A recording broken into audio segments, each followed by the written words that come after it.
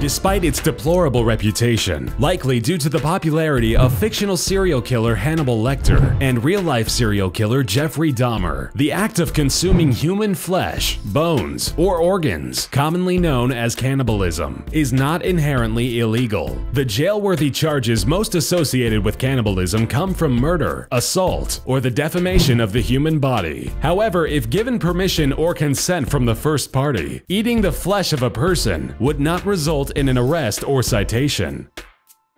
One of the most common, widespread, and exaggerated myths involving US currency is the insistence that defacing coins or bills is against the law. In actuality, the law in place refers not to merely defacing currency, but manipulating bills and coins of a respected value to appear as bills and coins of larger denominations. While it isn't illegal to draw George Washington throwing up gang signs, it is illegal to rework the $1 bill as a $10 bill. However, a regulation that allows the melting of pennies and nickels for their metals remains in effect and is technically illegal.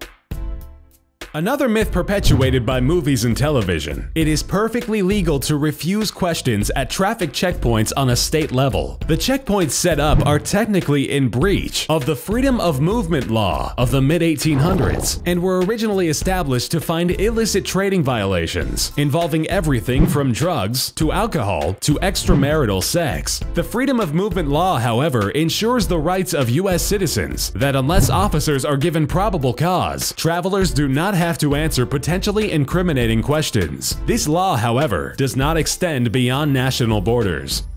While most states dodge the practice of corporal punishment, the act of spanking or striking individuals or students to punish them, 19 of them still have the humiliating and painful disciplinary act as a protected right of the institutions. Even in these 19 states, however, corporal punishment is looked down upon, as it is generally viewed as out of fashion and often warrants unwanted attention from the press and social media. Also, it's worth noting that only members of the administration are privy to dish out this punishment, and it is not a right of students.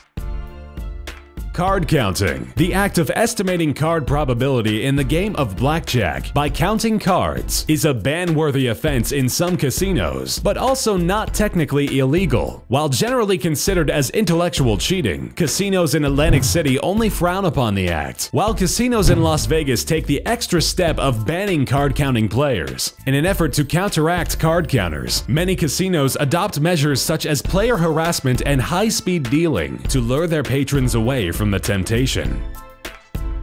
A myth helped dispelled by an opening scene of the popular show Breaking Bad, a long-time pop culture-driven rumor that police officers have to identify themselves during undercover operations or stings is completely untrue. Police officers are not bound by law to identify themselves when asked, especially in the pursuit of alleged criminal activity. What the law states is that a police officer must identify themselves while in the process of the actual arrest of a suspect, or if they are taking any immediate legal action against a third party.